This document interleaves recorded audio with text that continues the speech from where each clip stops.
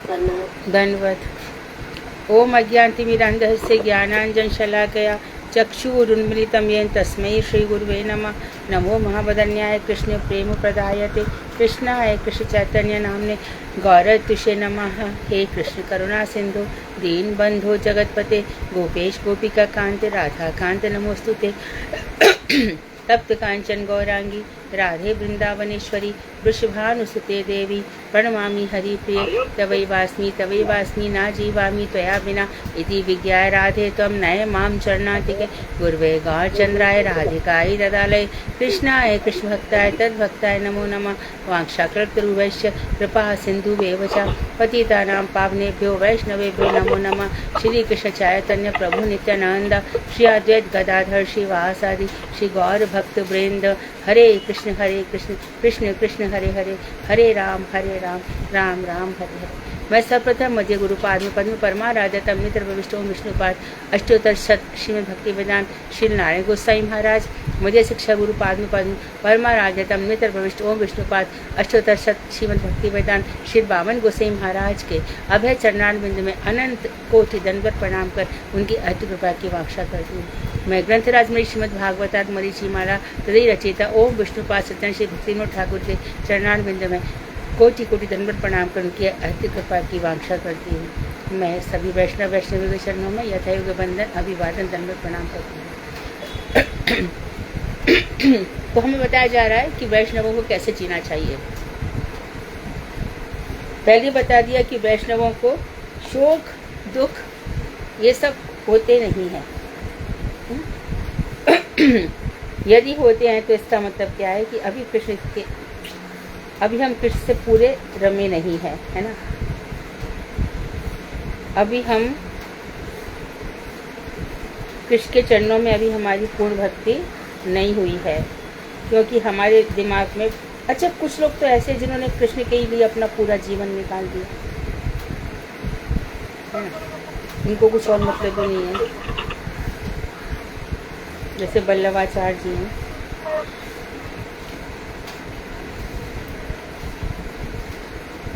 उनके जितने भी पुत्र पुत्रियां ब्रज में जितने वृंदावन में हैं, आज भी वृंदावन। प्रभु आपका माई कौन है, आप बंद कर लो। वृंदावन में भी कितने लोग हैं, मथुरा में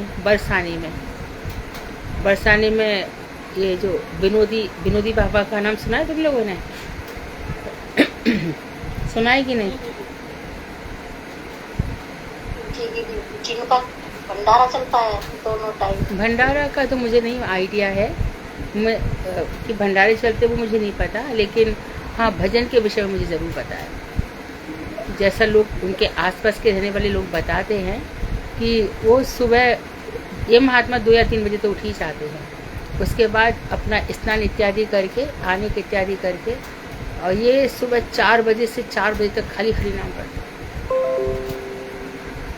मात्र हरिनाम करते रहते, उसके बाद कुछ खाते पीते। ऐसा मुझे किसी ने बताया, मुझे नहीं पता इसमें कितनी सच्चाई है, लेकिन ज़रूर ऐसा होगा। यह है लॉ की बात, लगन की बात। जब लॉ लग जाती है ना तो ऐसे ही होता है। एक बार मैं बरसाने गई थी, तो किसी ने बताया कि यहाँ बहुत बड़े महात्मा रहते हैं, तुम दर्शन करो। तो जाके दर्शन करने जाएंगे। बहुत साल पहले की बात है, मेरे ख्याल से 86-87 की बात होगी। तो हम गए दर्शन करने के लिए, तो वहाँ पर कांटे बिछा रखे थे, बबूल की लकड़ी है, सब कांटे ही कांटे थे, वहाँ कोई जा नहीं सकता था। तो हमने उनको जिन्होंने बताया, हमने उनसे कहा कि आप ऐसे कैसे भेज रहे हो, वहाँ तो जाना ही मुश्किल है। बोलते अरे इसमें क्या, कांटे तो मैं हटा देता हूँ। तो उन्होंने जितनी जो दरवाजे ऊपर जाने की बीच में जितनी भी सीढ़ियों पर ये रखे थे, वो सब लकड़ियाँ उन्होंने बेचारों ने एक तौलिया से पकड़ के सब हटा दी। हमने उनको बहुत बहुत धन्यवाद कहा, और फिर ऊपर गए। ऊपर जा कर के देखा तो ये मई का महीना है, और वो कंबल डाले हुए हैं, और उनका जोरदार हरिनाम चल रहा है मई के मौसम।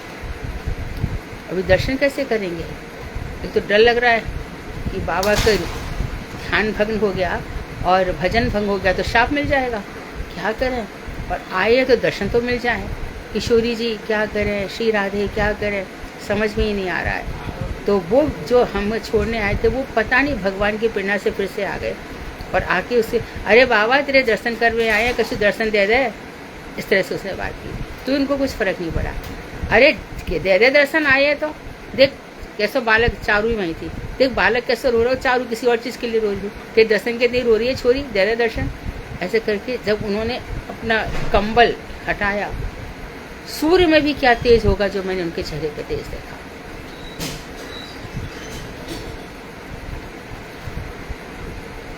तो नाम निष्ठ लोग ऐसे होते हैं। हमें तो नाम में रुचि नहीं आती। 10 माला होगी, बाहर होगी, अभी कमर सीधी कर लो, अभी बैठ के कमर दुख रही है, सर्वाइकल है, ये है वो है, 50 तरह के हमारे पास रीजन्स होते हैं भजन ना करने के। और वहाँ पे देखो उनको तो कोई गोष्ठी नहीं चाहिए, कुछ भी नहीं चाहिए। कोई प्रचार कर रहे हैं क्या? वो भी नहीं कर रहे, बस भजन कर रहे हैं, भजन। यही भजन के लिए तो हम लोग आए यहाँ पे, इसी प्रकार के भजन के लिए। हम जितना भी ये पढ़ रहे हैं, सब कर रहे हैं, इससे हमें ये तो समझ में आ ही रही है ना कि भजन के अतिरिक्त हमारा कुछ भी नहीं है। तो भगवान की कृपा से ऐसे लोग जब जीवन में मिल जाते हैं, ये भी भगवत कृपा से होता है, तो भजन में निष्ठा और अधिक गहरी होती चली जाती है। अब देखो यहाँ पे बताया था कि ये श्लोक था 89, कि जो आपको जान रहे हैं वो जानते रहे, वो जान ले, कितना समझते कि उन्होंने जान लिया, परंतु मुझे उनके विषय में बहुत कुछ कहने की कोई आवश्यकता नहीं है, क्योंकि आपका जो वैभव है वो मेरे तो मन, शरीर अथवा वचनों के कभी भी गोचर नहीं होता। आपका इतना सारी सृष्टि आपने रच रखी है, गोलोक धाम रच रखा है, वृंदावन रच रखा है, ना जाने क्या रच रखा है, हमें तो समझ में ही नहीं आता। कभी आप साकेत में बैठे हो, कभी आप अयोध्या में बैठे हो, कभी चित्रकूट में बैठे हो, कभी पंबा सरोवर में बैठे हो, कभी हमारे नवद्वीप धाम में बैठे हो। नवद्वीप धाम की महिमा ऐसी है, जो मानो जिसने नवद्वीप धाम का दर्शन कर लिया उसने गोलोक वृंदावन का दर्शन कर लिया। नवद्वीप धाम के जो 9 द्वीप हैं, अष्टदल है चारों तरफ, और बीच में जो मायापुर है वो बीच का द्वीप है, उसे साक्षात दर्शन कर लिए। तो उनका जो वैभव है उसका पार पाना बहुत मुश्किल है। उनके वैभव में सब आ जाएंगे, ब्रह्मा जी, शंकर, इंद्र सब आ जाएंगे। चारों तरफ से इन्होंने अपना वैभव फैला रखा है। गणपति, उमापति, शंकर, सदाशिव, ये शंकर जी के प्रकार है, सदाशिव अलग है तो उमापति शिव अलग है। और मुंडमाला धारण किए हुए जो सती के पति है शंकर, वो अलग है। कितने ही रूपों में, तो ये भगवान ने अपना वैभव फैला रखा है। नित्यानंद ठाकुर में फैला रखा है, तो नीचे आनंद देव के रूप में। जित देखो तित श्याममयी है। जहाँ तो जैसे जैसे ज्ञान बढ़ता जाएगा, हम शास्त्र पढ़ रहे हैं ना, भागवत पढ़ रहे हैं, हम नवद्वीप धाम जाते हैं, तो जगह जगह हम देखते हैं कि श्री कृष्ण का वैभव कितना है। रामचरित मानस पढ़ते हो तो पंपा सरोवर में भगवान श्री राम की मर्यादापूर्ण कथाएं पढ़ते हैं। मर्यादा का भगवान ने त्याग नहीं किया एक क्षण भी। कभी कभी तो भगवान श्री राम कुछ ज़्यादा ही कठोर बन गए, बहुत ही कठोर बन गए। सीता जी के प्रति तो बहुत ही कठोर बन गए। वो तो अच्छा था कि वाल्मीकि थे, वाल्मीकि के आश्रम में सीता चली गई, और वहाँ पे लवकुश, तो सबसे पहले जो रामायण है वो लवकुश नहीं गाई, और राम उनको सुन रहे हैं। और बाद में भी जब वाल्मीकि स्वयं सीता को लेकर के आए, फिर भी कह रहे मैं परीक्षा लूंगा। ये कैसा अवतार था? तो उनके जो भगवान श्री राम की कथाएं हैं वो भी हृदय को एकदम विगलित कर देती हैं, तार तार करके रख देती हैं।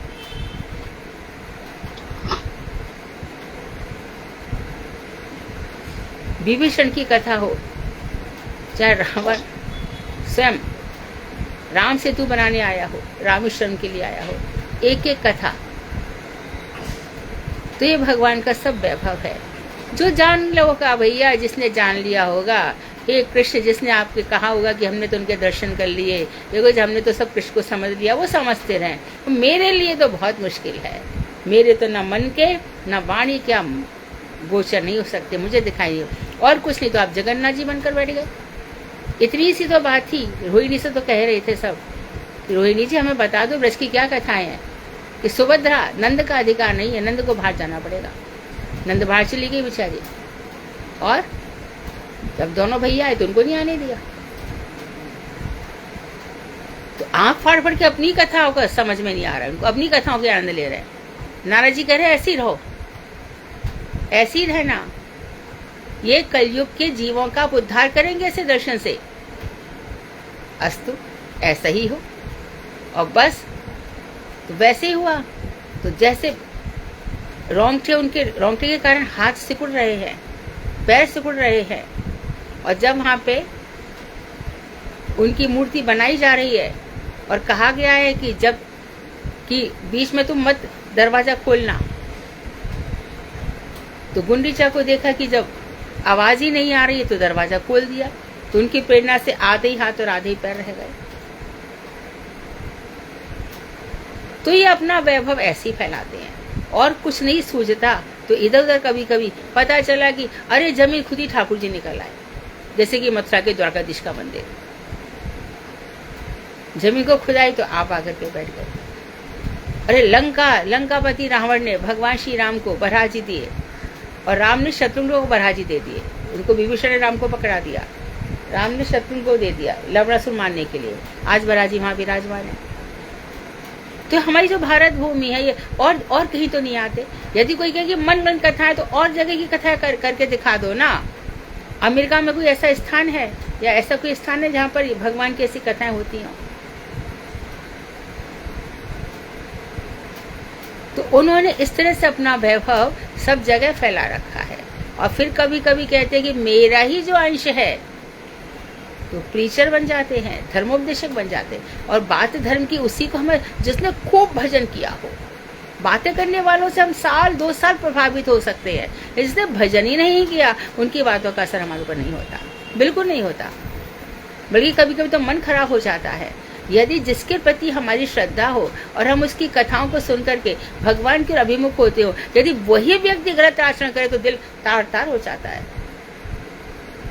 ये कैसा भक्त है, जबकि ऐसा होना नहीं चाहिए। ये उसकी गलती है यदि वो प्रचार करता है और आचरण दुष्आचरण करता है तो ठीक नहीं है। तो आपका वैभव मेरे मन के उसके गोचर नहीं होता।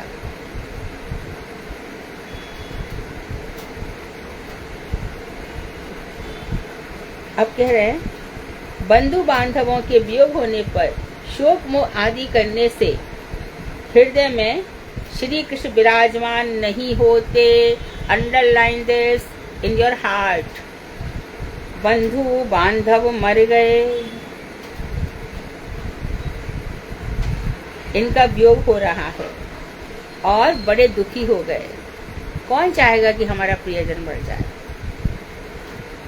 कोई मुझसे पूछे ना तो मुझको तो ऐसा लगता है कि जो अभी है वो सब लोग रहे, एक भी जन बिछड़े नहीं, यहाँ से कोई कहीं जाए नहीं। भक्ति विज्ञान भारती गोसाई महाराज चले गए, अरे एक श्रृंखला और टूट गई, ये क्या हो गया।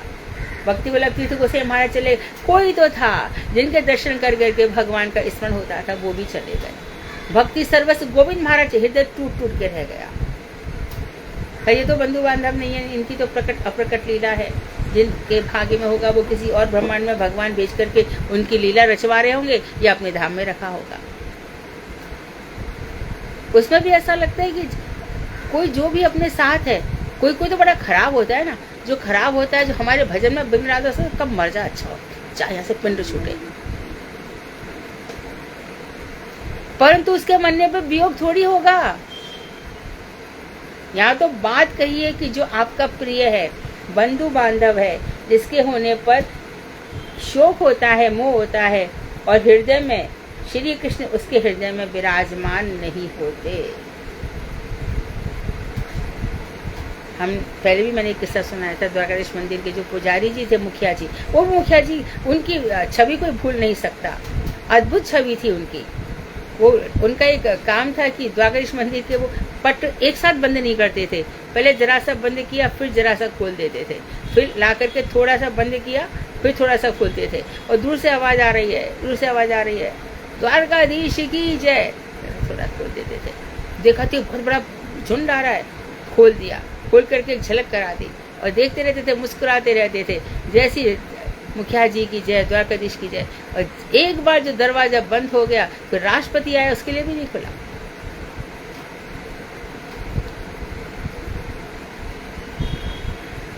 ये ठाकुर जी की अद्भुत झांकी है। तो अब जब उनका एक इकलौता पुत्र जमुना जी में डूब गया, कछुआ ही खा गया उसको। गंगा दशहरा के दिन की बात है, तो कछुआ खा गया। बच्चा कहाँ गया? नहाने गया, अब तक आया नहीं। 11 बज गए, 12 बज गए, कहाँ गया? गोताखोर जब गए, गोताखोर देखा तो उसकी कटी फटी शरीर मिला उसका। तो एकदम फुट के रोए? नहीं। देख करके दुखी हो गए? नहीं। गंभीर। उस दिन द्वारकाधीश मंदिर के दर्शन नहीं खुले, क्योंकि मुखिया जी का लड़का, सबका लड़का, यदि कुछ हो जाएगा तो सभी को सूतक लग गया भाई। पुष्टि मार्ग संप्रदाय में सूतक का बहुत मान्यता है। हमारे यहाँ तो नहीं है। हमारे यहाँ तो बिल्कुल श्री कृष्ण वियोग, और जितना भी हमारा तो भक्तों के साथ है। तो हमारे यहाँ भक्त प्रकट होंगे तो भी ठाकुर जी की सेवा चलेगी, क्योंकि आत्मा अजर अमर है, शरीर मरता है। हमारे ऐसा नहीं है, लेकिन वहाँ पर ऐसे हुआ। तो उनके मुखार बिंदु से एक ही बात प्रस्फुटित हुई, मेरा प्रेम थोड़ा पट रहा था। वो बहुत पॉजिटिव है। बाहर ना अच्छा लगे कि बा को प्रेम कहीं और बटे, जहाँ हमारे अपने धाम में ही ले गए हो। मेरा पूरा की पूरा बड़ा पक्षपाती है। उनका सीधा एक ही शब्द था, बड़ा पक्षपाती है। जरा भी प्रेम मेरा कहीं भी डाइवर्ट नहीं होने दिया। तो देखो, ये है, भक्तों में शोक नहीं होता, मोह नहीं होता। ऐसे चले आते हैं ना। ऐसे गुरुदेव थे। गुरुदेव की जब ज्येष्ठ पुत्री, सबसे बड़ी पुत्री का जब उन्होंने संदेश सुना कि उन्होंने संसार त्याग कर दिया है, महाराज जी आपकी बड़ी बेटी संसार छोड़ गई है, हरे कृष्णा, आगे की बात कुछ क्या आया क्या चला गया कुछ मतलब नहीं, तो खुद ही घर छोड़ के चले आए। तो ये जो बातें हम सुन रहे हैं, ये कहने सुनने के लिए नहीं है, बस हमें इस कदर भजन करने के लिए प्रेरणा दी जा रही है। ऐसा भजन हो हमारा। हमने शुरू में ही बताया कि वो 4 से 4 तक भजन निष्ठ जो होता है, उसके लिए क्या संसार, उसको तो अपना यहाँ से जाना, उसकी चिंता करनी पड़ेगी। मैं यहाँ से अब कहाँ जाऊं, जिससे कि दूसरा यहाँ संसार में नहीं आना पड़े। ऐसा मैं क्या करूं? आसान नहीं होता है, आसान नहीं होता। मैं तो देखा है कि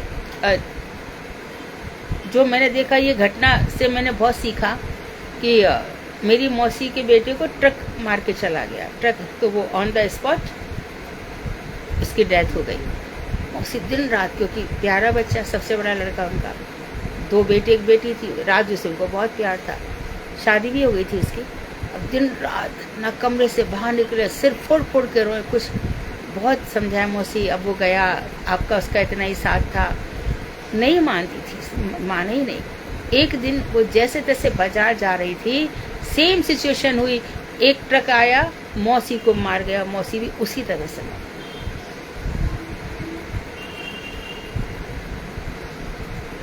और जबकि ये मेरी मौसी को पूरा रामचरितमानस याद था, मैंने जितनी भी चौपाई सीखी है उनसे ही सीखी है, बात बात में चौपाई बोलती थी।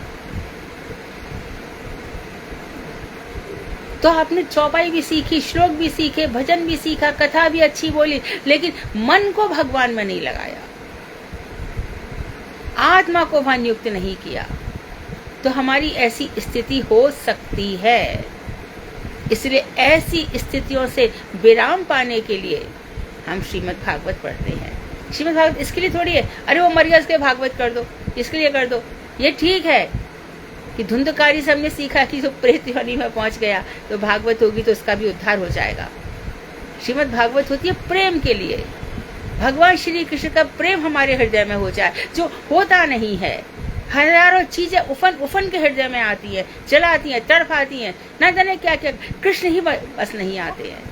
रोना है तो इसी बात का है, आंसू बहते, क्रंदन होता है तो इसीलिए होता है। ये महाप्रभु को क्या है, राधा भाव में कृष्ण कहाँ है, कृष्ण हे नाथ हे रमण हे कृष्ण तुम काशी काशी महाभुज, ऐसे राधा जी सबको पुकार रही है। मैं ऐसा कब होगा जब मैं कृष्ण के लिए ऐसा रोऊंगी या रोऊंगा। बहुत हो गया, अब नहीं जिया जाता कृष्ण संसार में।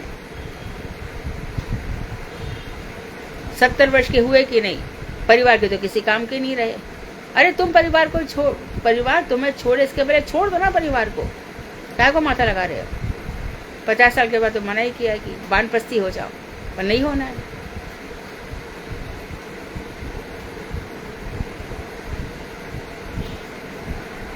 तो ये बंधु बांधवों के वियोग होने पर, अब इससे श्रीमद् भागवत में क्या कहा गया है, सुनो क्या कहा गया है। यथा प्रयान्ति संयाति श्रोतो वेगेन बालुकाः संयुज्यन्ते वियुज्यन्ते तथा कालेन देहिनः। कौन बोल रहा है भाई?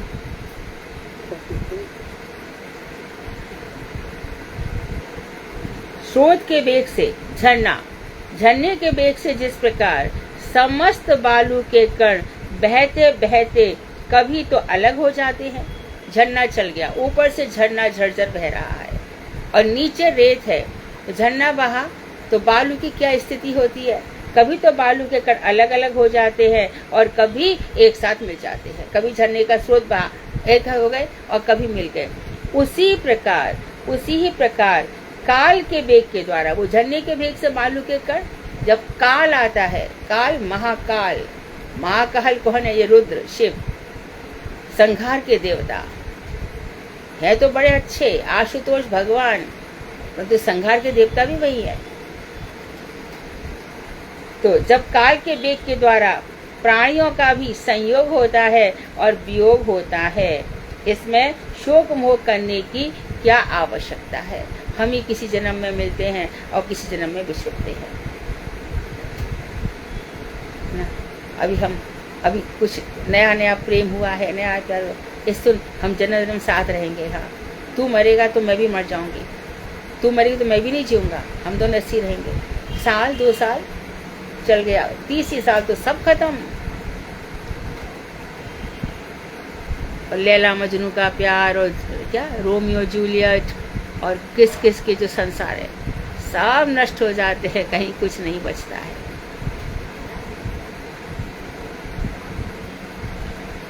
मैं रह नहीं सकती इनके बिना। अरे उसके बिना मैं I can't think my life without her, सब पता चल जाता है, फिर जी लेते हैं। तो यहाँ पे बताया गया है कोई ज़रूरत नहीं है, ना शोक करो ना मोह करो, क्योंकि तुम भी मर जाओगे। तुम्हें भी तो कोई मर गया तो यही सोचना है। सबसे बड़ा आश्चर्य क्या है, किसी को मरते देखकर हम ये नहीं सोचते कि हमारी भी मौत आएगी। अभी भी बड़े बड़े ख्याली पुलाव बनाए जा रहे हैं, 1 साल में ऐसा कर लूंगा, ऐसा कर। अरे जो होगा सामने देखा जाएगा ना, होगा जो हो जाएगा। भजन नहीं छूटे ये। अरे ये क्या है, मैंने 10 मिनट फालतू बिगाड़ दिए। इतना तो मैं नाम जप कर, पर प्रभु बाजी ने 100 करोड़ नाम जपे, मेरा 1 करोड़ भी नहीं होगा क्या? मैं भी तो नहीं धामों में जाऊंगा। कहाँ वो महल लोक है, कहाँ वो जन लोक है, कहाँ सत्य लोक है, कहाँ तप लोक है, उसके जो परे जो हमारे गोप कुमार कर, मैं भी तो जाऊं, क्यों नहीं जाऊं वहां पे? मैं अपना उपहास का पात्र नहीं होने दूंगा। ऋषियों, जो तुम लोग हमारी मजाक बनाते हो, ऊपर महल लोक पर बैठ करके ऋषि सोचते हैं देखो दूसरे के लिए रो रहा है, इसको नहीं पता है खुद ही चला जाएगा। क्षमा का अवलंबन करना भक्ति के अनुकूल है।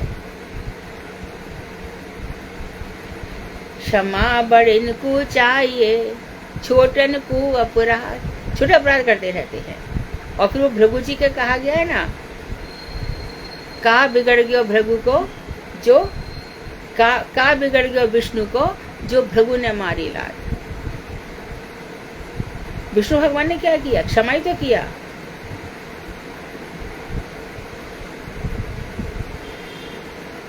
क्षमा का सहारा करना, अवलंबन लेना भक्ति के अनुकूल है।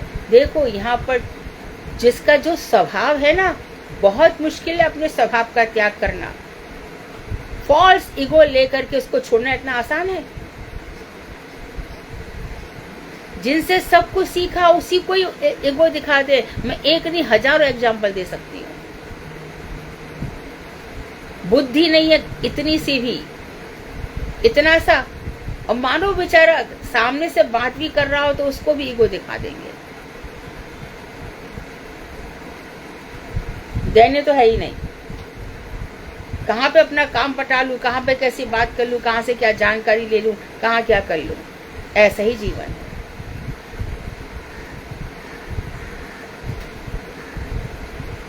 तो क्षमा करना भक्ति के अनुकूल है। हम यहाँ पे अपना कर्म दोष बनाने नहीं आए। अच्छा, जो कर रहा है उसको छोड़ दो। भक्त के चरणों की रत उसको नहीं छोड़ती, ध्यान रखना। पर इस अभिमान में भी नहीं रहना चाहिए, हमने तो क्षमा कर दिया, भगवान जाने। ऐसा भी नहीं, क्षमा किया तो किया, फिर भगवान के ऊपर क्यों छोड़ा? भगवान कुछ नहीं करेंगे, मैं लिख के देती हूँ, क्योंकि अहम पाल लिया।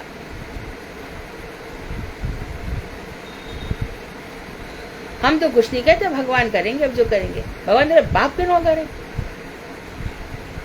उनका काम नहीं है ये सब। तो क्षमा का अवलंबन करना जिसने सीख लिया है, तो श्रीमद् भागवत में कहते हैं,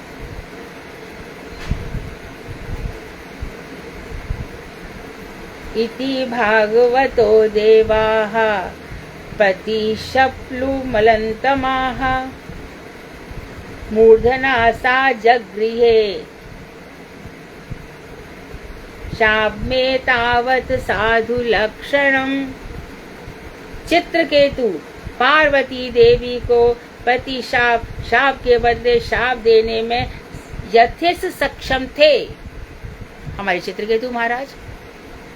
अंगिरा ऋषि ने कहा, महाराज आपके भाग्य में संतान नहीं है। क्या बात करते हो? कृतिवासा द्युति जो है वो मेरी इतनी सुंदर पत्नी है, कितनी रानियां हैं मेरे। ऋषिवर, एक रानी को मेरा बात, ये जो मेरा इतना वैभव है, मैं इसका क्या करूं? अरे पुत्र नहीं होगा तो मेरा वंश कैसे चलेगा? वंश ही खत्म हो जाएगा। पुत्र के बिना पेड़ के फल किसी काम के नहीं है। कितनी उदाहरण देते थे। तो कहा ठीक है, एक पुत्र दे देंगे, परंतु महाराज ये पुत्र आपको दुख भी देगा और सुख भी देगा। क्या दुख देगा, हम तो महाराजा संभाल लेंगे। क्या बात है, बड़े बड़े राजवैद्य हमारे दरबार में आते जाते हैं। तो बस बालक हुआ, खुशियां छा गई राजमहल में। महाराज जिसके ये पुत्र हुआ उस रानी से बहुत प्यार करते थे, परंतु जो सौतन थी उन्होंने उस बालक को जहर खिला दिया। छोटा सा बालक। परिचारिका ने आकर के बताया, महारानी बोली ले आओ उसको। महारानी मैं कैसे लाऊं? तो जब जो मरे हैं तो उसके बाद बहुत बहुत बुरी तरह से महाराज चित्रकेतु एकदम विदीर्ण हो गए, राजकाज से मन उचट गया एकदम सब। तो वापस वही अंगिरा ऋषि आए, इस पर नारद ऋषि के साथ में आए, उनको समझाया, समझा करके वैराग्य हो गया, निकल पड़े राजमहल छोड़ करके और पहुंचते पहुंचते कैलाश पर्वत पर आ गए। वहां पर हमारे भगवान शंकर एक अद्भुत लीला कर रहे थे। सब ऋषिवर बैठे हैं और उस समय पार्वती जी उनकी गोदी में बैठी थी। तो ये कैसा है, कुछ तो मर्यादा रखो। तो पार्वती को उन्होंने जैसा तैसा कहा और शंकर जी का भी उपहास कर दिया। तो पार्वती ने उनको शाप दे दिया, जा तू असुर हो जा।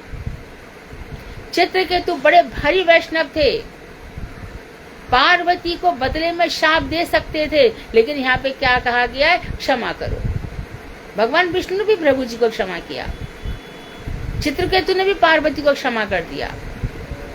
उस शाप को सिर आंखों पे ले लिया कि आप जो भी कहेंगे मेरे मंगल के लिए ही होगा। और यही जो चित्रकेतु है, भरे प्रांगण में, युद्ध के प्रांगण में भगवान की प्रार्थना करता है, अहम हरे तपादिक मूल दासन उदासो भवितास्मि भूया। तुम्हारे चरणों का ही दास, जब जब मैं जन्म लूं आपके चरणों का दास ही बना रहा हूँ।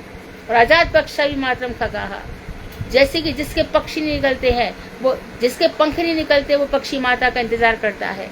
और बस तरह क्षुधारता है, और भूख से व्याकुल जिस तरह से बछड़े माँ की प्रतीक्षा करते हैं।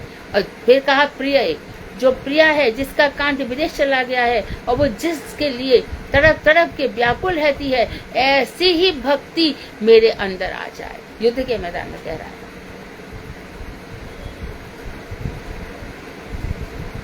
ऐसी भक्ति की गांठ है, हृदय की सारी ग्रंथियां खुल जाती हैं जब यह भक्ति अविच्छिन्न रूप से बहती रहती है। हमारे जीवन में तो कितने संकट हैं, और सारे संकट 18% जीएसटी के साथ में बैठे हैं, पूरे की पूरे लेकर के आकर के पीछा ही नहीं छूटता है। ऐसे में हमें ऐसे जीना हो। और यदि हमने ऐसे संकल्प कर लिए, देखो शाप जो होना वो तो होगा। दशरथ जी के बेटे राम हैं, राम दशरथ को शाप से मुक्त कर पाए क्या? श्रवण कुमार के जो अंधक मुनि थे उन्होंने शाप दिया, जैसे मैं बेटे के दुख में मर रहा हूं वैसे तू मर।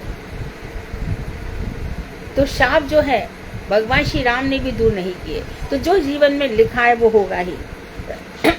तो कह रहे हैं तथापि वैष्णवता वशतः उन्होंने पार्वती देवी के शाप को मस्तक पर ग्रहण कर उन्हें क्षमा कर दिया। यही साधुओं का लक्षण है। अब इनका भी आ जाएगा, जो आएगा अम्बरीश महाराज। अम्बरीश महाराज ने भी दुर्वासा ऋषि को क्षमा किया था। श्रीमद् भागवत नवम स्कंद 5वां अध्याय 14वां श्लोक। दुर्वासा कह रहे हैं, अहो अनंत दासानाम महत्वम दृष्ट मध्य में कृतागसोऽपि यद्राजन मंगलानि समीहसे। हे महाराज अम्बरीश, आज मैंने भगवान अनंत देव के दासों की महिमा को देखा। दुर्वासा कह रहे हैं भगवान अनंत देव, इनके जो दास हैं कैसे होते हैं, क्योंकि उन्होंने सब में भगवान का दर्शन किया ना, तो किसी का अपराध वो क्यों लेंगे? तभी तो समदर्शी हुए, आत्मदर्शी, सब में भगवान का दर्शन कर रहे हैं। वैष्णव जन अपराधी व्यक्तियों के भी मंगल की कामना करते हैं। सच्ची बात पूछो ना, संसार में इतने दुष्ट लोग हैं, वो तो वैष्णव जन का कल्याण कर रहे हैं और उनकी चीजों को नजरअंदाज कर रहे हैं, निगलेक्ट कर रहे हैं, इग्नोर कर रहे हैं। तभी तो ये संसार चल रहा है।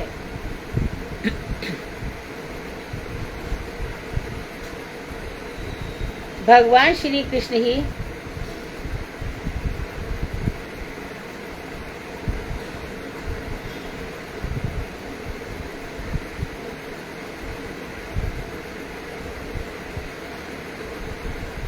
भगवान श्री कृष्ण ही वैष्णवों के एकमात्र रक्षक हैं।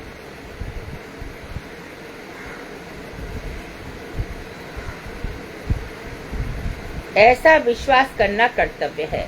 हम सबको ऐसा विश्वास करना चाहिए। श्रीमद् भागवत में देवता भगवान श्री कृष्ण से कहते हैं, क्या कहा?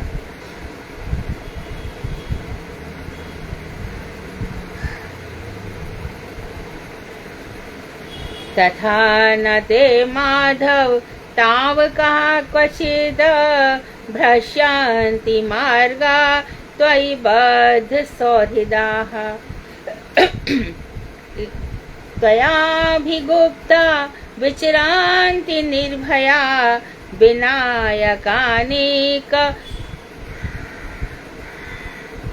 विनायकानीकं मूर्धसु प्रभो। हे माधव, आपके भक्तजन आपके दृढ़ प्रेम से बंधे हुए हैं। आपके भक्तजन आपके दृढ़ प्रेम से बद्ध हैं। वे कभी भी सुपथ अर्थात भक्ति मार्ग से भ्रष्ट नहीं होते।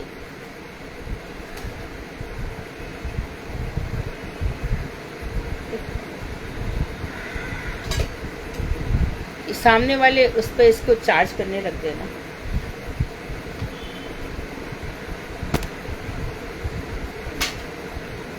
भक्तजन आपके दृढ़ प्रेम से बंधे हैं। तो भक्तों का हृदय किससे बंधा हुआ है? आप जो दृढ़ता पूर्वक भक्तों से प्रेम करते हो उससे बंधे हुए हैं। वे कभी भी सुपथ अर्थात भक्ति मार्ग से भ्रष्ट नहीं होते आपके भक्त। और आपके द्वारा रक्षित होकर वे बड़े बड़े विघ्नकारियों के मस्तकों पर पैर रखते हुए निर्भय विचरण करते हैं। इस लाइन को हमारे सभी महात्मा बोलते हैं। बड़े बड़े विघ्नों पर मूर्धसु, उनके विघ्नों पर पैर रखकर, बड़े बड़े विघ्न आते हैं ना, आएंगे जीवन में, इसीलिए आएंगे कि वो देखेंगे। अच्छा, भक्तों के जीवन में इसलिए भी विघ्न आते हैं जिससे कि दूसरों को सबक मिल सके कि भैया यदि भक्ति करो तो विघ्न मेरा कुछ नहीं बिगाड़ सकते।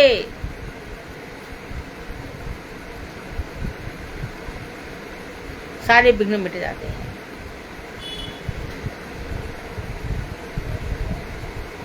निर्भय होकर विचरण करते हैं।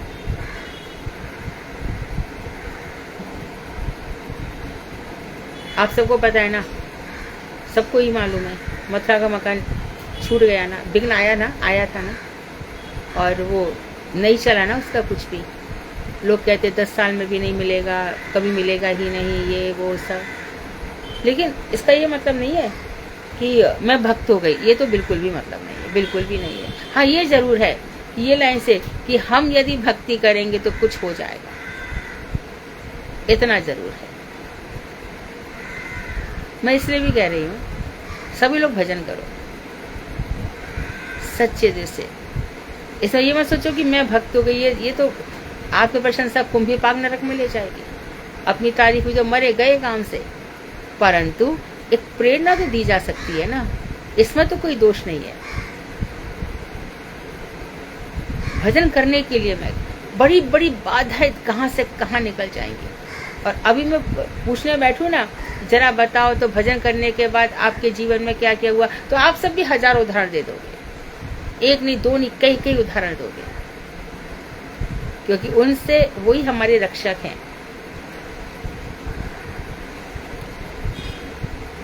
अभी देखो, किसी को भूत प्रेत लग जाते हैं, तंत्र विद्या लग जाती है, तो इंसान क्या करता है?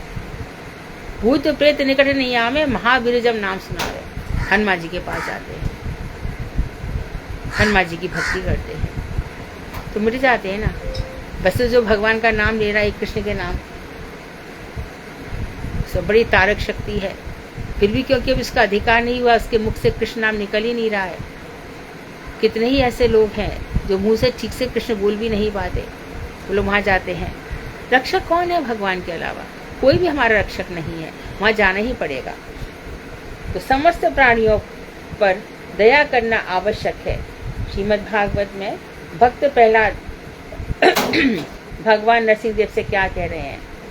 प्रायेण देवा मुनया स्वविमुक्ति कामा मौनम चरन्ति विजनेन परार्थ निष्ठाः नैतान् विहाय कृपणान् विमुक्षये को नान्यं त्वदस्य शरणं भ्रमतोऽनुपश्ये।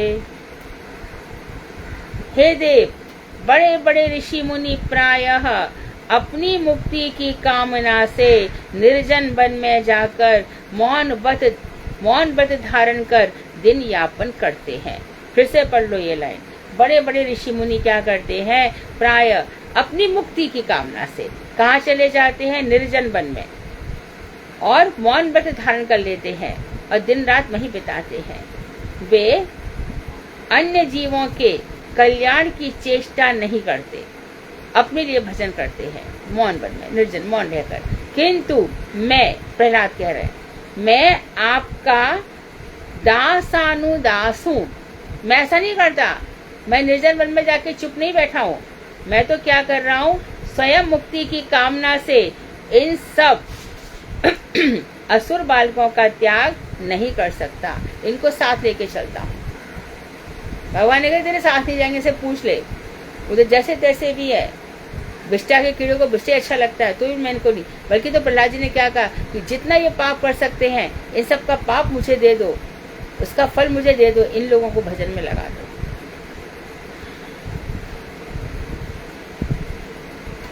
आपके अतिरिक्त सांसारिक लोगों के लिए अन्य कोई शरण नहीं है, ये संसार के लोग कहाँ जाए। भगवान नरसिंह देव कहते थे, प्रहलाद ज्ञानी भक्त हैं, उनका ये कहना है, असुर बालकों को क्या उपदेश दिया उन्होंने? वे सर्वत्र हैं, वे सर्वकालिक हैं, वे सब में विराजमान हैं। और इसमें दो बातें मुख्य रूप से कही, उनको पाना कठिन नहीं है, वो यहीं कहीं सब में है। तो उनके जब हम मंदिर जाएंगे तो तेरे पिताजी तो हमें मार डालेंगे कि विष्णु के मंदिर चले गए, तो कहीं जाने की जरूरत नहीं है, वो सबके अंदर विराजमान है। सब में भगवत दर्शन करो, वो यहीं कहीं पर है। तो प्रहलाद कह रहे हैं आपके अतिरिक्त संसारी लोगों के लिए कोई भी शरण नहीं है, कहाँ जाएंगे। जैसे जीवों के हृदय में कृष्ण भक्ति का उदय कराना ही सर्वोत्तम उपकार है। लाखों लाखों उपकारों से बड़ा उपकार है एक भी जीव को इस संसार सागर से पार करा देना, उसको भक्ति में लगा देना, एकांतिक, वो भी कौन सी भक्ति, कृष्ण भक्ति में लगा देना। इससे बड़ा उपकार कोई नहीं है। अच्छा, तो ये मंदिर बनवाए ये उपकार है? ये भी नहीं है। धर्मशाला, अस्पताल, ये सब भी नहीं है। क्या उपकार है? किसी भी एक जीव को भगवान में लगा दो, वो लग जाएगा, फिर वो अपने आप मंदिर जाएगा। भोजन, आच्छादन, कपड़े और औषधि आदि के दान को भी उपकार माना जाता है, किंतु ये क्षुद्र उपकार है, छोटे मोटे उपकार है। किसी को दवा दिलवा देना, किसी को कपड़े दिलवा देना, किसी को मकान दे देना, ये सब उपकार है। किंतु किसी को खाना खिला देना, इससे कभी कभी अपकार भी हो जाता है। अरे बेचारा बड़ा भूखा है, खा लिया तो पता चला घर में चला गया और मार के चाकू वाकू आ गया। वस्त्र दे दिया, अच्छे अच्छे वस्त्र पहने, और बस किसी ने समझा अच्छे वस्त्र पहनता है, लेकिन बन गया चोर। मंदिर में पहुंच गया, वहीं से चोरी कर लाया। तो कभी कभी उपकार के चक्कर में शास्त्र की बातें हैं। पहले गुरु जी बताते तो हमें विश्वास नहीं होता था इन सब बातों पे। जब भागवत पढ़ा तो लगा अरे ये तो भगवान स्वयं कह रहे हैं। हो जाता है जीवों को अभय अभय चरणारविंद भगवान श्री कृष्ण के चरण कमलों की सेवा वृत्ति प्रदान करने के समान कोई उपकार नहीं है, वही वास्तविक उपकार है। भगवान श्री कृष्ण के चरणों में लगा देना, यही सबसे बड़ा उपकार है।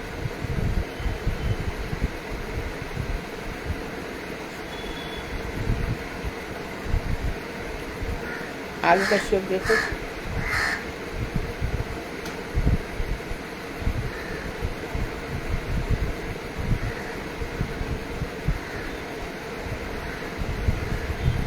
दृढ़ पवित्र जीवन हेतु अनासक्त भाव से विषयों का भोग ही उपदिष्ट हुआ है। दृढ़ पवित्र जीवन हेतु, सुंदर मजबूत पवित्र जीवन चले, इसके लिए क्या करना चाहिए? कहीं भी रहो, विषयों का भोग करो अनासक्त भाव से।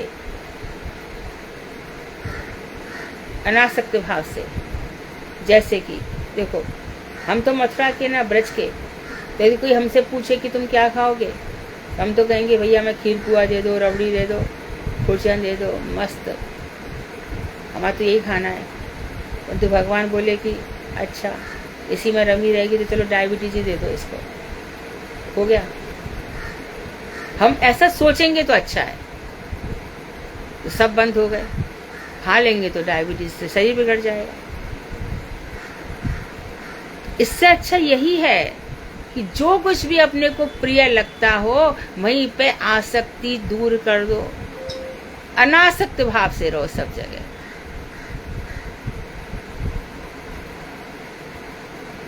मुझे तो यही जगह अच्छी, ये कोना बहुत अच्छा लगता है, इसी में रह करके मेरा सब काम होता है। लोग ऐसे ऐसे भी फंसी होते हैं, यही चीज अच्छी लगती है। और ये पेन मेरा पेन है, मैं किसी के साथ शेयर नहीं कर सकती, पता चल तो वही पेन टूटा। छोटी छोटी चीज है, तो इन सबको छोड़ते जाओ, ये नश्वर है, फालतू है, इन सबसे क्या। तो विषयों से अनासक्त विषयों का भोगी उपदिष्ट हुआ है। श्रीमद् भागवत में कहा है, बहुत सुंदर कहा है, भोगे न पुण्यन कमलेन कुशलेन पापम कलेवर काल जवेन हित्वा।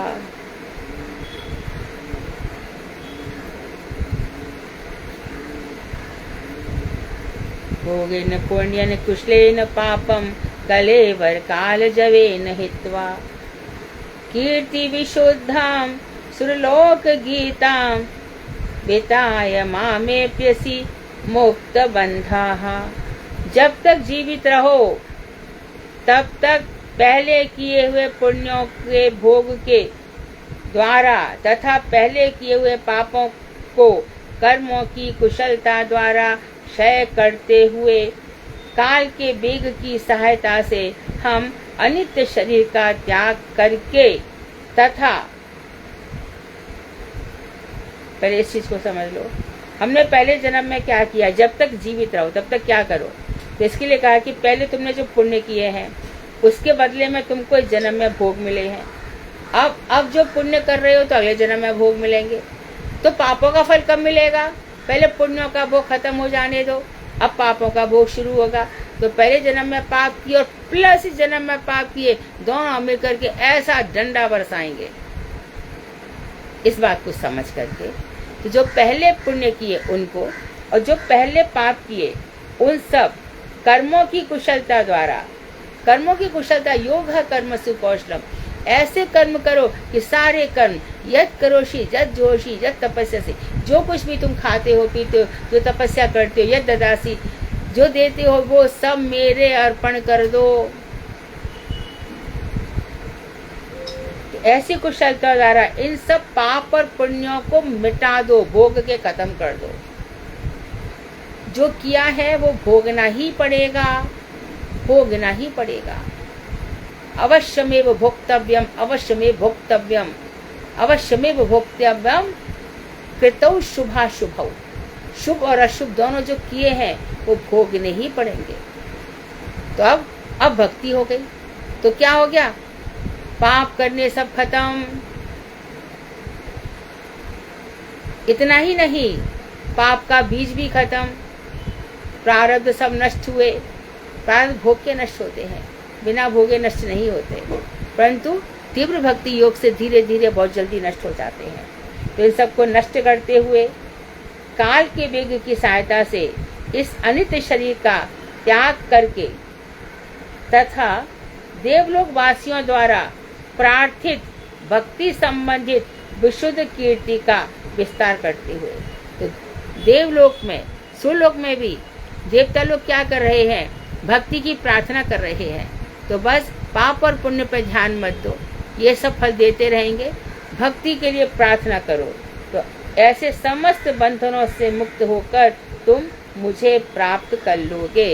ये सब तुम भोग भाग लोगे, सब पाप पुण्य तुम्हारे खत्म हो जाएंगे और उसके बाद तुम मुझे प्राप्त कर लोगे। ऐसा श्री कृष्ण कह रहे हैं। जो कुछ है उसको भोग लो, ये सब मेरा किया कराया है भाई। कर्मण्यवाधिकार से माँ फलेषु कदाचन, कर्म करने तेरा अधिकार है, फल तो मेरे, सब मेरे हाथ में है। तो पाप आ रहे उनको भी भोग लो, पुण्य आ रहे हो। बहुत सारे प्रश्न आ जाते हैं, ऐसा हमने क्या किया कि हमको इतने पाप मिलते हैं, ऐसा क्या है कि उसको पुण्य मिलते हैं। ये सब किए कराए का है भैया फल, और कुछ नहीं है। तो ना पाप की तरफ जाओ ना पुण्य की तरफ जाओ, मात्र भक्ति की ओर जाओ। वांछा कल्पतरुवैश्य कृपा सिंधु बेवचा पतितानां पावनेभ्यो वैष्णवेभ्यो नमः।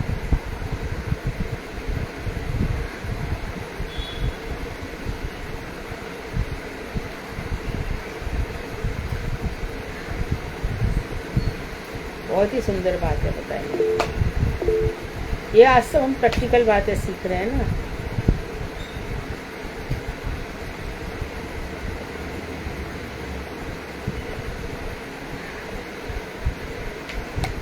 हरे कृष्ण दीदी, प्रणाम। हाँ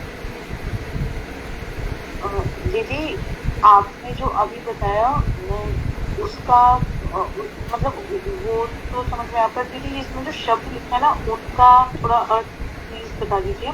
प्रारब्धिक भक्ति संबंधित विशुद्ध कीर्ति का विस्तार करते हुए, चारित्रिक, फिर से बोलो।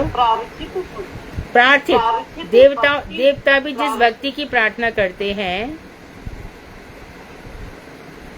देवताओं द्वारा प्रार्थित। हाँ, फिर हो गया। तो भक्ति संबंधित, हाँ, विशुद्ध कीर्ति का मतलब हाँ, जो शुद्ध भक्ति कर्म संबंधी, करते जो के से भक्ति संबंधी विशुद्ध भक्ति कीर्ति, संबंधी। अर्थात ये भक्त है ऐसी विशुद्ध कीर्ति हो, ना पाप की तरफ ध्यान जाए, पुण्य की तरफ नहीं जाए, बल्कि भक्ति संबंधी जो यश है वो हमें प्राप्त हो। भक्ति संबंधी देवता भी जिसकी प्रार्थना करते हैं, ऐसे भक्ति रूपी कीर्ति का विस्तार करते हुए, भक्ति रूपी यश का विस्तार करते हुए। हरि हरे कृष्ण।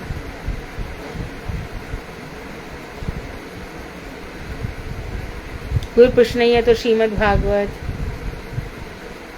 हरे कृष्ण दीदी, दंडवत प्रणाम। दंडवत।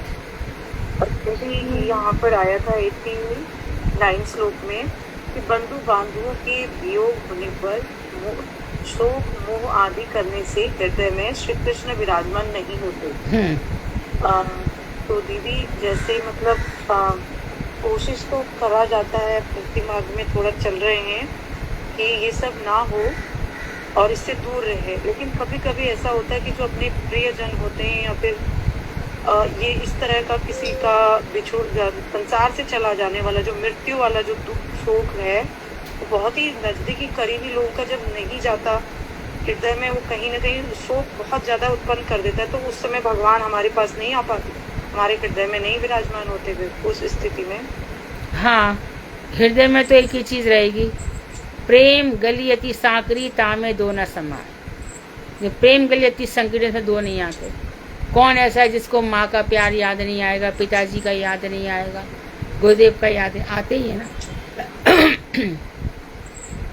परंतु मना किया है, आज्ञा करिए। विचलित तो हो जाते हैं दीदी, उस समय में हम लोग बहुत विचलित हो जाते हैं। उसी समय ही नहीं होना है। आपको एग्जाम्पल दिया ना द्वारकाधीश मंदिर के पुजारी जी का, एक ही बेटा 24 साल का युवा,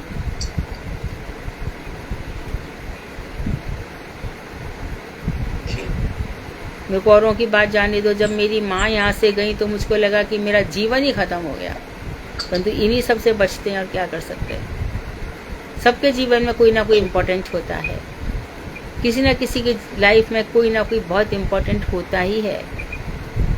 परंतु कृष्ण शास्त्र जो कहते हैं, अब इस जन्म के जो होते हैं ना, वो पिछले जन्म में हमारे क्या होते हैं पता नहीं, है ना। जैसे कि वो राजू जब मरा तो उसके पिताजी यही कहा कि पिछले जन्म में इसका सब, क्योंकि उनके सब फ्लैट बिक गए, शेयर्स बिक गए, सब कुछ हो गया, ये हमारा बेटा नहीं था, हमारा शत्रु था जो बेटा बन करके आया। तो श्रीमद् भगवद गीता जो हमारे मठ से निकली उसके प्रारंभ में लिखा हुआ है कि कभी देवी देवता भी पुत्र पुत्री पति पत्नी बन करके आ करके परीक्षा लेते हैं। तो इन सब परीक्षाओं में हमें खरे उतरना है। उस समय शोक हो रहा होगा, मोह हो रहा होगा, लेकिन जैसे हिमालय से हवाएं बयारें टकराती हैं और चकनाचूर होकर के निकल जाती हैं, उसी प्रकार हमारे हृदय को इतना मजबूत रखना होगा। यहाँ बस कृष्ण भक्ति है, कितनी बस ऐसे समाचार आएंगे और आकर के विलीन होकर के चले जाएंगे। ठीक है, धन्यवाद।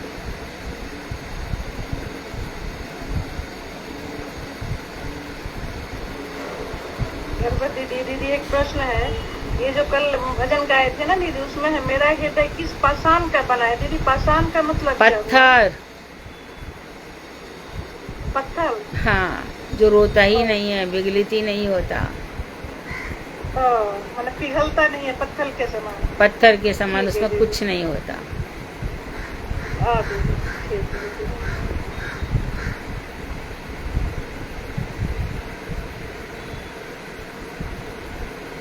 भागवत ने खुद ने कही है, और बहुत ही सौभाग्यशाली जीवन ये भागवत पढ़ते हैं, सुनते हैं और समझते हैं।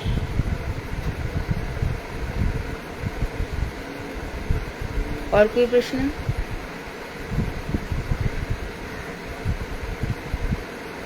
श्रीमद् भागवत सुधा। हरे कृष्णा दीदी, दंडवत प्रणाम। हाँ, आज कथा करेंगे दीदी सत्यवती खंडेलवाल दीदी, चतुर्थ स्कंद और छठा अध्याय। बोलिए दीदी। हरे कृष्ण दीदी। हरे कृष्णा, दंडवत प्रणाम। हरे कृष्णा। पूर्वे गौरचंद्राय राधिकाय तदालय कृष्णाय कृष्ण भक्ताय तद्भक्ताय नमो नमः। वांछाकल्पतरुभ्यश्च कृपा सिन्धुभ्यो च पतितानां पावनेभ्यो वैष्णवेभ्यो नमो नमः। नमो ओं विष्णुपदाय राधिकाय प्रियात्मने श्रीमद्भक्ति वेदांत नारायण नमो नमः। नमो ओं विष्णुपदाय विष्णुभिन्न रूपणे श्रीमद्भक्ति वेदांत वामनिति नमो नमः। तमादिदेवं करुणावतारं तमानिवर्णं कृतावतारम् अपार संसार समुद्र सेतुं भजामि भागवतपुरुषं। श्री ब्रह्मा समारंभं श्री गौरचंद्रमध्यां अस्मदाचार्यपर्यन्तं नमामि गुरु परंपरां। सर्वप्रथम मैं अपने परमाराध्यतम श्री गुरुदेव भक्ति वेदांत नारायण गोस्वामी महाराज जी के चरण कमलों में असंख्य कोटि दंडवत प्रणाम करती हूँ। तत्पश्चात अपने इच्छा गुरु श्रीमती देवी के चरणों में असंख्य कोटि दंडवत प्रणाम करती हूँ। तो अभी सभी के वैष्णव जनों के चरणों में यथा योग प्रणाम। हरे कृष्ण। आज चतुर्स्कंध छठा अध्याय पेज नंबर 835। ब्रह्मादि देवताओं का कैलाश पर जाकर श्री महादेव जी को मनाना। श्री मैत्री जी ने कहा, हे विदुषी, रुद्र की सेना ने देवताओं के सर्व अंगों को छिन्न भिन्न कर दिया। इससे देवता बड़े भयभीत हो गए। वे ऋतुजों एवं सदस्यों के साथ ब्रह्मा जी के पास पहुंचे और उन्हें प्रणाम करके यज्ञ का सारा वृत्तांत सुनाया। ऐश्वर्यशाली पद्मयोनि ब्रह्मा एवं विश्व आत्मा श्री नारायण पहले से ही यह जानते थे कि ऐसा ही होगा, इसलिए वह प्रजापति दक्ष के यज्ञ में नहीं गए। देवताओं के द्वारा बतलाए गए वृत्तांत को सुनकर ब्रह्मा जी ने कहा, जो व्यक्ति अति तेजस्वी व्यक्ति के प्रति अपराध करके जीने की इच्छा करते हैं, उनके जीवन धारणा की इच्छा मंगलजनक नहीं होती। यज्ञ में रुद्र के प्रति तुम लोगों ने घोर अपराध किया है। वे यज्ञ के अंश के भागीदार थे, परंतु तुम लोगों ने उन्हें यज्ञ का अंश न देकर उन्हें दूर से ही परित्याग कर दिया। उन ब्रह्मा महादेव जी के क्रोधित होने से लोकपालों के साथ समस्त लोग भी विनष्ट हो जाते हैं। उनका हृदय दक्ष के दुर्वचनों से पहले से मिटा हुआ था। उस पर वे प्रियतमा सती के वियोग में अत्यंत दुष्ट हो गए। तुम लोग यज्ञ के पुनः आरंभ करने के हेतु शीघ्र ही रुद्रदेव के समीप जाकर उनसे क्षमा प्रार्थना करो। मैं ब्रह्मा, देवराज इंद्र, तुम लोग ऋषि मुनि एवं सभी देहधारी जीव, हम में से कोई भी उन देवादिदेव महादेव के यथार्थ स्वरूप और उनके बल विक्रम की सीमा को नहीं जानता।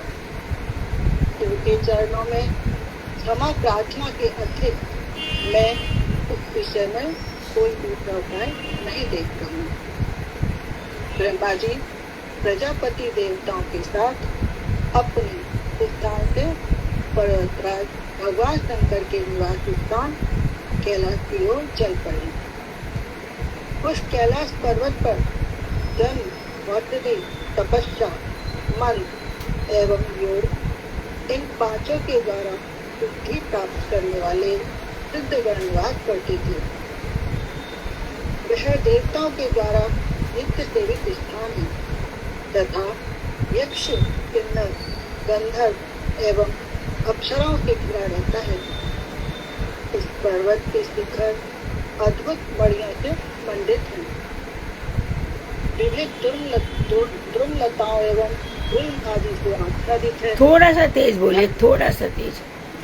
विविध द्रुमलताओं एवं गुल्म आदि से आच्छादित है। यहाँ जंगली पशु विचरण करते हैं।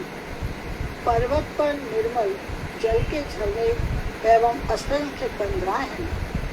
आकाश मंडल मयूरों के कारण से कोयलों के कुहू के स्वर से एवं विविध पक्षियों के कुंजन से निनादित रहता है। हाथियों के इधर उधर विचरण करने के कारण कैलाश मंथर गति से चलता हुआ सा और झरनों की कल कल ध्वनि से अपने सुंदर कंठ से कीर्तन करता हुआ सा प्रतीत होता है। कैलाश पर्वत मंदार, पारिजात, तमाल, चाल, ताड़, कदम, मालती, इलायची, मोगरा आदि अनेकों वृक्षों लताओं द्वारा सुसज्जित है और अन्य वृक्ष भी अपनी अद्भुत छटा बिखेरते रहते हैं। वहाँ के सरोवर में कुमुद, उत्पल, कलहार, पद्म आदि अनेक जाति के कमल पुष्पों के मकरंद एवं सौरभ की समृद्धि का अवलोकन कर जलचर पक्षी लुप्त हो जाते हैं। इस श्रेष्ठ पर्वत पर मृग, बानर, हाथी, बरहा, सिंह, भालू, कस्तूरी मृग आदि अनेकों प्रकार के पशु वास करते हैं। पर्वतराज कैलाश के चारों ओर नंदा नाम की नदी बहती है, जिसका पुण्य जल पति के स्नान के कारण और भी अधिक पवित्र और सुगंधित हो गया है। भूतपति ग्रीस के आवास धाम कैलाश पर्वत के इस सौंदर्य को देखकर देवता भी अत्यधिक आश्चर्यचकित हो गए। कैलाश पर्वत पर देवताओं ने मनोहारिणी अलका नामक पुरी एवं सौगंधिक नामक वन को देखा। सर्वत्र सुगंध फैलाने वाले सौगंधिक कमल इस सौगंधिक वन में ही उत्पन्न होते हैं। इस पुरी के भारी भाग में नंदा और अलकनंदा नामक दो नदियां प्रवाहित हो रही हैं। ये दोनों नदियां श्री हरि के चरण कमलों की रेणु का स्पर्श करके पूर्ण सलीला हो गई है। देवदूत रति विलास से थकी हुई देवांगनाएं अपने अपने स्थान से आकर इन दोनों नदियों के जल में अवगमन करती है। जिस समय वे देवांगनाएं स्नान करती हैं, कुछ समय उनके शरीरों से धुले हुए नव कुमकुम से दोनों नदियों का जल पीला हो जाता है। हथिनियों को प्यास न रहने पर भी हाथी उनको कुमकुम मिश्रित जल पिलाते हैं और स्वयं भी पान करते हैं। इसी कैलाश पर्वत पर यक्षेश्वर कुबेर की चांदी एवं स्वर्ण से बनी हुई अलका नामक पुरी थी। इस पुरी में बहुमूल्य महारत्नों से शत विमान यहाँ वहाँ छा रहे थे। विद्युत प्रभा से प्रकाशित बादलों से युक्त आकाश मंडल की भांति यह पुरी यक्ष रमणियों के द्वारा शोभित हो रही थी। यक्षेश्वर कुबेर की राजधानी अलकापुरी को पार करके देवता सौगंधिक वन में उपस्थित हुए। सौगंधिक वन विचित्र सौंदर्य से परिपूर्ण था। अलकापुरी को पार करके सौगंधिक वन की विचित्र शोभा को देखते हुए देवगण कुछ आगे बढ़े। एक बट वृक्ष दिखाई दिया। उसी बट वृक्ष के मूल में मुमुक्षुओं की अड़मा आदि सिद्धि प्रदान करने वाले महादेव जी को विराजित देखा। वे क्रोध आदि का त्याग करके बैठे हुए साक्षात यम प्रतीत हो रहे थे। शांत प्रकृति वाले महासिद्ध सनन आदि मुनि तथा यक्ष और राक्षस आदि का पालन एवं सदा कुबेर प्रशांत विग्रह वाले गिरीश का स्तव कर रहे थे। भगवान शंभु समस्त जगत के बांधव हैं, वात्सल्य से सबका कल्याण करने वाले हैं। समस्त लोगों के हित के यही उपासना चित्त की एकाग्रता और समाधि आदि साधनों के द्वारा तपस्या आदि का नुकसान करते हैं। वे अपनी रक्तिम वर्ण की आभा वाले अंगों पर तपस्वियों के अरिष्ट चिन्ह, भस्म, दंड, जय, मृगधर्म आदि मृगधर्म आदि एवं ललाट पर चंद्रलेखा धारण किए हुए हैं। भगवान शंभु पुष्प द्वारा निर्मित घास के आसन पर बैठे हुए हैं। सनंदन आदि अन्य श्रोताओं के समक्ष देवर्षि नारद उनसे परिप्रश्न कर रहे हैं और शिव नित्य सत्य वेद तत्व का उपदेश दे रहे हैं। फिर उन्होंने अपना बायां चरण कमल दाई जंघा पर और बायां हाथ बाएं घुटने पर रखा हुआ था। दोनों कलाई पर रुद्राक्ष की माला धारण किए हुए थे। वे तर्क मुद्रा बनाकर बैठे हुए थे और वे योग पट्ट का आश्रय लिए हुए थे। हे विदुर, महादेव मनुष्य मुनियों में अग्रगण्य हैं। सभी मुनियों ने लोकपालों सहित उन वैष्णव प्रवर शंभु को प्रणाम किया। जिस प्रकार श्री वामन मूर्तिधारी भगवान विष्णु ने स्वयं पूज्य जनों के सपूज्य होकर भी प्रजापति कश्यप को प्रणाम किया था, उसी प्रकार श्रीमद महादेव जी ने भी पद्मयोनि ब्रह्मा को देखकर आसन से उठकर सिर झुकाकर उन्हें प्रणाम किया। सबके द्वारा प्रणाम कर लिए जाने पर ब्रह्मा चंद्रमौली शिव को प्रणाम की मुद्रा में खड़े देखकर मुस्कुराते हुए कहने लगे, आप सदा शिव के रूप में अपराकृत संपूर्ण जगत के ईश्वर हैं। निर्गुण और निर्विकार ब्रह्म भी आप ही हैं। यद्यपि आपने दैन्यवश मुझे प्रणाम किया है, तथापि मैं आपके ऐश्वर्य से अद्भुत हूँ। आप ही सदाशिव के रूप में पांचभूत पुरुष एवं प्रकृति के अंत में अवस्थित रहकर मकड़ी के समान इस जगत की सृष्टि, स्थिति और प्रलय किया करते हैं। आपने ही धर्म अर्थ की प्राप्ति कराने वाले यजुर्वेद, ऋग्वेद और सामवेद रूपी वेद त्रय की रक्षा के लिए दक्ष को निमित्त बनाकर यज्ञ की सृष्टि की है। एक दिन आप शुभ कर्म करने वालों के लिए स्वर्ग, नित्यलोक अथवा मोक्ष भी प्रदान करते हैं। दूसरी ओर आप ही अशुभ कर्म वालों के लिए भीषण नरक का भी विधान करते हैं। हे प्रभु, जिन्होंने आपके शील चरण कमलों में अपने चित्त को लगा दिया है, वे स्थावर जंगम सभी प्राणियों में आपका ही व्यापक रूप से दर्शन करते हैं। जो मुक्त वेददर्शी है, जिनकी दृष्टि जड़ीय कर्मों में आसक्त रहती है, जिनकी चिंता भावना अच्छी नहीं है, दूसरों की संपदा देखकर जिनके हृदय में वेदना रहती है और दुर्वचनों से दूसरों के हृदय को विद्ध करके उन्हें दुख देते हैं, वे ने ऐसे लोगों के लिए दंड का विधान बताया है। आपके जैसे साधु पुरुष उनका वध करना उचित नहीं समझते हैं। हे प्रभु, यद्यपि किसी स्थान पर किसी समय में कोई व्यक्ति विष्णु की माया से मोहित होकर कोई अपराध कर बैठता है, तो भी साधु पुरुष अपराधी व्यक्ति के उस अपराध को प्रारब्ध के द्वारा जानकर उसके प्रति कृपा ही करते हैं। हे शिव, आप ही संपूर्ण योगों के फलों को प्रदान करने वाले हैं एवं आपको यज्ञ भाग प्राप्त करने का पूरा अधिकार है।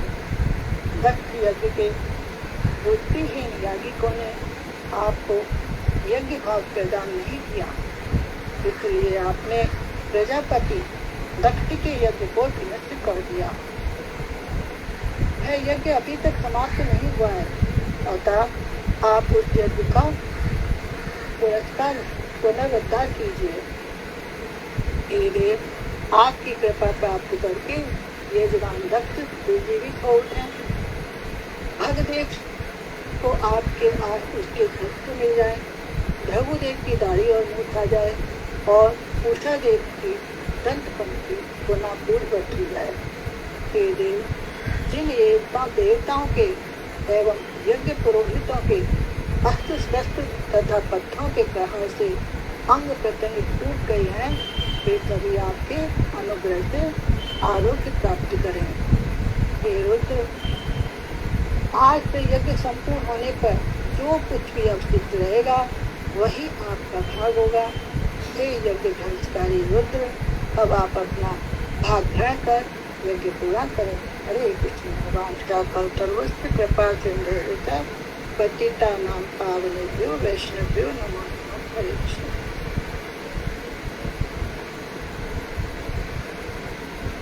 कीर्तन सीमा झा दीदी करेगी दीदी कीर्तन। सीमा झा दीदी। कल भी तो गाया था ना सीमा झा ने, ठीक है ठीक है ठीक है। कल गाया था ना उन्होंने। जी जी जी जी कल। हरे कृष्ण जी, दंडवत प्रणाम। दीदी आज मैं करूं आशा स्वामी। हाँ हाँ गाओ। सीमा आप कल गाओ, आपने कल गाया था ना। सीमा मतलब इना की माँ है ना। छोटी भाभी है। छोटी भाभी है। हाँ दीदी दंडवत प्रणाम दीदी। हाँ मैं कल गाई थी। अच्छा अच्छा, पूरी झा फैमिली सिंगर है। ठीक है, आशा आप गाइए। आप आशीर्वाद करो। मौसम कौन कोटिल खल कामी, मौसम कौन कोटिल खल कामी, जिन तनु दियो ताहि बिसरायो, ऐसो नमक हरामी, ऐसो नमक हरामी। मौसम कौन कोटिल खल कामी, भरी भरी उदर विषय को धायो, भरी भरी उदर विषय को धायो, जैसे सूकर ग्रामी। मौसम कौन कोटिल खल कामी, हरिजन छाड़ी हरि विमुखन की, हरिजन छाड़ी हरि विमुखन की, निस दिन करत गुलामी। मौसम कौन कोटिल खल कामी, पापी कौन बड़ो जग मोते, पापी कौन बड़ो जग मोते, सब पति तन में नामी। मौसम कौन कोटिल खल कामी, सूर पतित को घोर कहाँ है, सूर पतित को घोर कहाँ है, तुम बिन श्रीपति स्वामी। मौसम कौन कोटिल खल कामी, जिन तनु दियो ताहि बिसरायो, ऐसो नमक हरामी। मौसम कौन कोटिल खल कामी। हरे कृष्ण। ठीक है, दंडवत। तो सीमा कल आप क्या सुनाओगी? सीमा कल क्या सुनाएंगी? कल मैं भजन राम का भजन सुना दूंगी। ठीक है, राम का भजन सुना। ठीक। हरे कृष्णा दीदी दंडवत प्रणाम। हाँ दंडवत। हरे कृष्णा दीदी, मैं फिर परसों सुनाऊंगी। क्या सुनाओगी? चौपाई का उधर चौपाई सुना दूंगी, नहीं तो रामाष्टकम सुना दूंगी। 2 चौपाई सुनाओ अभी।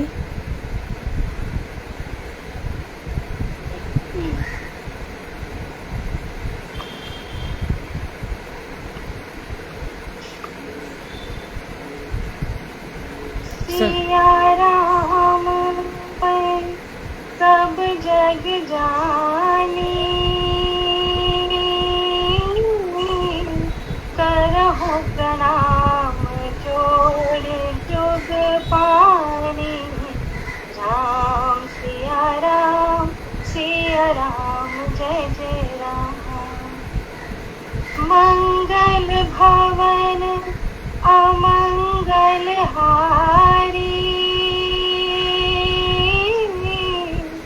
द्रवहु सुदशरथ अजिर बिहारी। राम सिया राम जय जय राम। सीताराम चरण रति मोरे,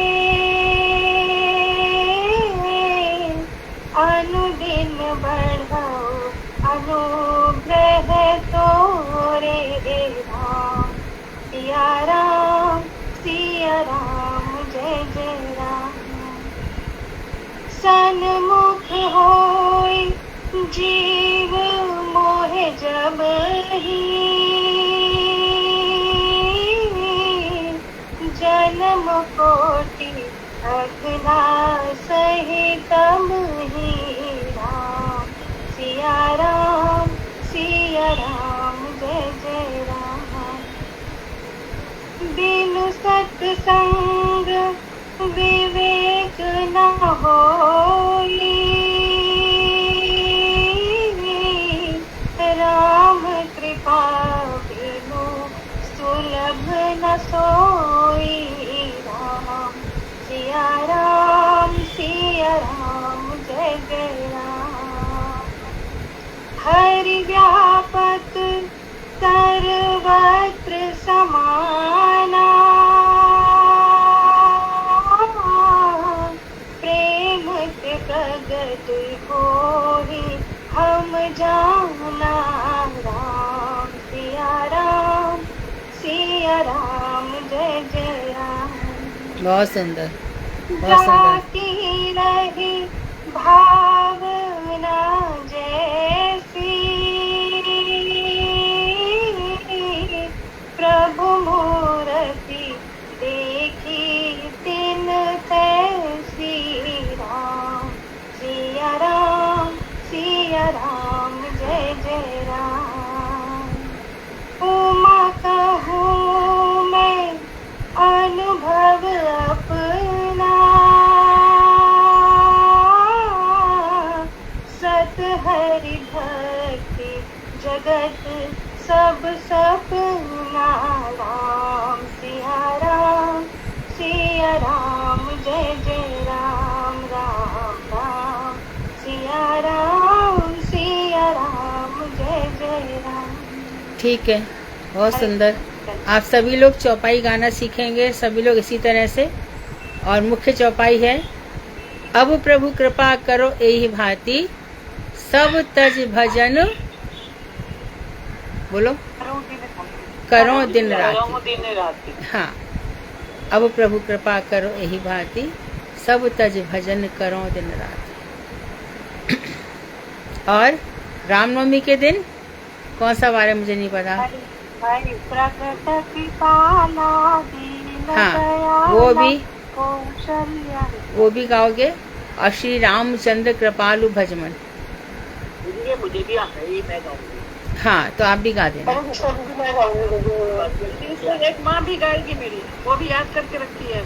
ठीक है, ठीक है। तो हम सब मिलके गाएंगे तो ठीक नहीं चलेगा क्या? इनमें से देना कुछ, मैं भी बोलूंगी।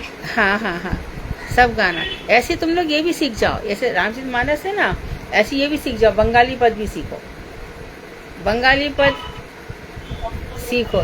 इसको गाना बहुत सरल है। इसमें बंगाली पद में तीन चीज होती है। ये त्रिपदा होते हैं, इनमें 3 दफे रुकना पड़ता है।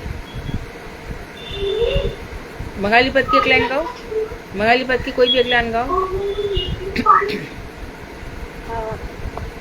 राधा कृष्ण।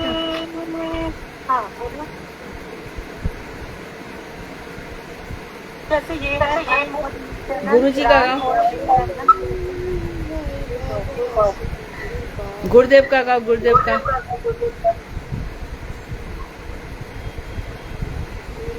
श्री गुरु चरण पद्म।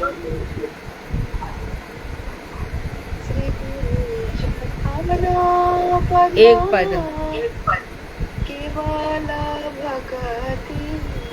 दूसरा पद। गंदो मोहि सावधान। इस तरह से तो ऐसे 3 जगह रुक करके अधिकांश पद ऐसे ही है, अधिकांश ऐसे ही है। तो सब लोग प्रैक्टिस करो। और किसी के स्पीकर ऑफ है, गा गा करके भगवान को रिझाओ। तुलसीदास जी ने क्या किया? स्वांता सुखाय तुलसी रघुनाथ गाथा। मैं ये रघुनाथ की कथा अपने सुख के लिए गा रहा हूँ। वाल्मीकि रामायण में था बहुत कुछ, लेकिन इसमें 27 डिफरेंसेस है तुलसी रामायण में और वाल्मीकि रामायण में। तो जिसको भगवान श्री राम ने जैसी प्रेरणा दी, तो इस तरह से हम भी रिझाएंगे भगवान को। वांछा करते हरे हुए कृष्णा दीदी, कृपा हरे से। कृष्णा दीदी, धन्यवाद प्रणाम। हाँ दीदी मैं भी कल या फिर परसों मैं भी एक राम जी की भजन गाना चाहती हूँ दीदी। जरूर रामचंद्र हेमा। रघुवीर रामचंद्र रणधीर। हेमा आप जरूर गाओगे, कल ही गाना। जी ठीक है, जी दीदी, ठीक है, कल गाओ। धन्यवाद। हाँ हाँ दीदी मैं रामचंद्र कृपालु बचपन गाऊंगे, बचपन भी गाती। हाँ हाँ, कल आप हेमा और इंदु जी कल सुना देंगे, और वो सीमा कल 3 जन गा देंगे। ठीक है, हेमा, हिंदू जी और सीमा जी। ठीक है। वांछा कल्पतरुभ्यश्च कृपा सिन्धुभ्येव च पतितानां पावनेभ्यो वैष्णवेभ्यो। वैष्णव हो नहीं, वैष्णव लोगों ने, तुम लोगों ने उच्चारण सही करो। वैष्णवेभ्यो, वैष्णवेभ्यो, वैष्णव्यो। वैसे में इसका उच्चारण ठीक से करो। हरे कृष्णा दीदी, दंडवत प्रणाम। दंडवत। कृष्णा दीदी दंडवत, सभी दीदी को दंडवत प्रणाम।